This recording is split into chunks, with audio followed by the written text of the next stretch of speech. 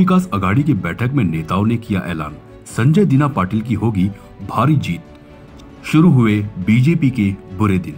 मुंबई के घाटकों पर पूर्व में महाविकास आघाड़ी के पदाधिकारी बैठक का भव्य आयोजन किया गया था, जिसमें मौजूद सभी नेताओं ने शिवसेना यूबीटी उद्धव बालासाहेब ठाकरे और महाविकास आघाड़ी के ईशान्य मुंबई के लोकप्रिय उम्मीदवार संजय दीना पाटिल को भारी मतों से जिताने की अपील की। सभी नेताओं ने दावा किया कि बीजेपी के 400 पार के ख्वाब सिर्फ ख्वाब ही बनकर रह जाएंगे। सभी ने दावा किया कि संजय दीना पाटिल को भारी मतों से विजयी बनाएंगे। साथ ही सभी नेताओं ने कहा कि बीजेपी को सबसे बड़ा झटका ईशान्य मुंबई जिला से मिलेगा और बीजेपी को हार का सामना करना पड़ेगा। साथ ही सभी नेताओं ने कार्यकर्ताओं को निर्देश दिया कि सभी लोग मिलकर संजय दीना पाटिल के लिए दिल से काम करें और बीजेपी को तडीपार करें। काय आणि लोक आता म्हणजे इलेक्शन आहे म्हणून नाही,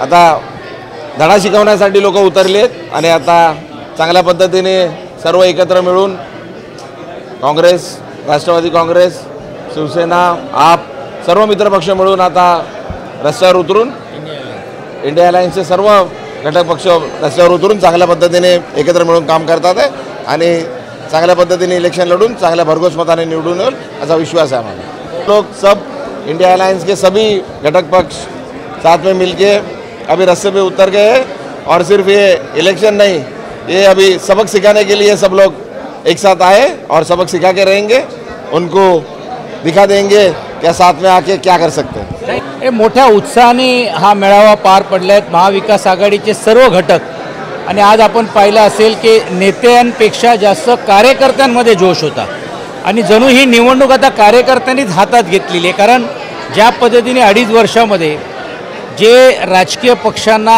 संपवण्याचा घाट, कुटुंबामध्ये भांडण लावण्याचं काम केलं जातं, त्यातून समाजामध्ये तर रिॲक्शन आहे, पण कार्यकर्त्यांच्यामध्ये पण आणि सामाजिक क्षेत्रामध्ये काम करणारे लोक आता पेटून उठलेले आहेत आणि म्हणून मोठ्या प्रमाणावरती उत्साहामध्ये हा मेळावा पार झाला आणि हा कार्यकर्त्यांचा मेळावा आहे। आज तुम्ही बघितलं असेल 1000पेक्षा जास्त कार्यकर्ते होते, अजून बाकीच्यांना कॉल आपण केलेला आहे आणि मला आत्मविश्वास आहे की संजय भाऊ पाटील सारखा एक उमेदवार मिळाल्यानंतर अजून जिद्दीने आणि जोमाने कार्यकर्ता कामाला लागतो। राजकारणाचा निर्लज्जपणा हा एक उदाहरण आहे की ज्यांनी पक्ष फोडला, बाळासाहेबांचं नाव घेऊन, नाव घेऊन, दिघे साहेबांचं नाव घेऊन आणि ही मंडळी ज्यांच्याबरोबर युतीमध्ये करतायत लावण्याची हिंमतच कशी होते।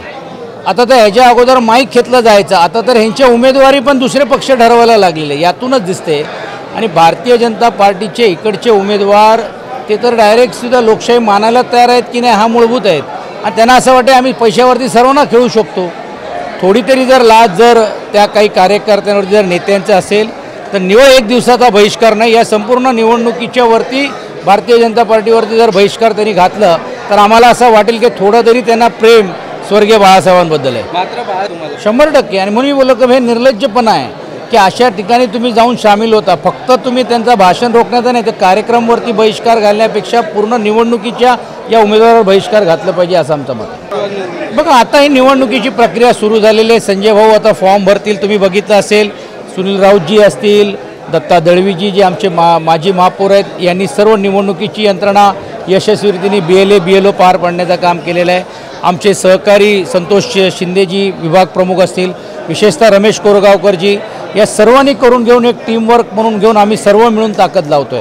आज भाई जगताप आले, चरणसिंग सप्राजी आलेत, नसीम खानजी आलेत, एवढंच नाही तर वर्षाताईंनी पण या तातडीची बैठक 1-2 दिवसामध्ये प्रमुख पदाधिकाऱ्यांचा लावण्याचं काम केलं आहे। आप इंडियाच्या प्रिया मेननजी इकडे उपस्थित, प्रीती मेननजी उपस्थित होते, तर ही सर्व मंडळी जी आज एक संघाने आलेली आहे। राखी जाधव ताई पण इकडे मोठ्या प्रमाणावरती कार्यकर्त्यांसकट उपस्थित आहे। तर इंडिया अलायन्स मजबूतीने ईशान्य मुंबईमध्ये लढा देईल आणि निवडून आणण्यासाठी निवळ प्रयत्न नाही तर काही जरी झालं तर पहिल्यांदा हे भारतीय जनता पार्टीचा जो अहंकार आहे तो ईशान्य मुंबईमध्ये दूर करून संजय भाऊंच्या मागे लाखो मतांनी निवडून आणण्याचं काम करते। आदित्य ठाकरे शिर्डीला जाणार आहे, त्यानंतर एक दिवस आहे संभाजीनगर आहे, संभाजीनगरवरून चंद्रकांत खैरे साहेबांचा फॉर्म भरून आल्यानंतर रात्री कदाचित पुण्याला पण देखील त्यांचा मुक्काम आहे आणि 23 तारखेला परत मावळमध्ये फॉर्म भरलं जाणार आहेत आणि 23 संध्याकाळी सुप्रियाताई सुळे यांची देखील मुळशीमध्ये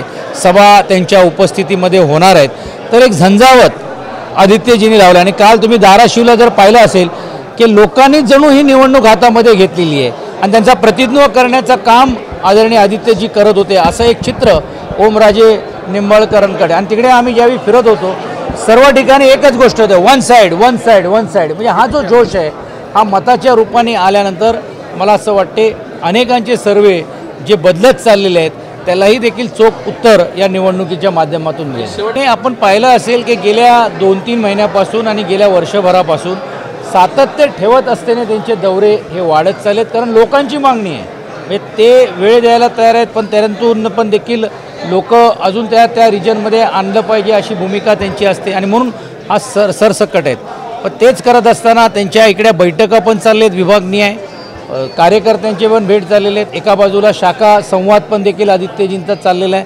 हा 4 दिवसाचा दौरा उद्धवजींचा झाल्यानंतर महाविकास आघाडी म्हणून पण देखील बारामती असेल, पुणेमध्ये असेल, मावळमध्ये असेल, विदर्भमध्ये असेल, विशेषतः कोल्हापूर सांगलीमध्ये पण असेल, असे नियोजित बैठका सेनाभवनवरून वरुण सरदेसाईजी असतील, आदरणीय संजय राऊतजी असतील, हे मार्गदर्शन करण्याचं काम करतात. मी वाट बघतोय आशिष शेलार कुठे आहेत आणि आशिष शेलार कुठे गायब झालेत हेच समजत नाही आहे. म्हणजे आता त्यांनी महापौरांचा उमेदवार ठरवून दिलेला जर असेल तर आशिष शेलारनी शिक्कामोर्तब करावा मुंबई अध्यक्षनात्याने. CEN न्यूज, देश प्रदेश की ताजा तरीन खबरों के लिए CEN न्यूज को सब्सक्राइब करें और रहें पल पल की खबर से हर पल बाखबर.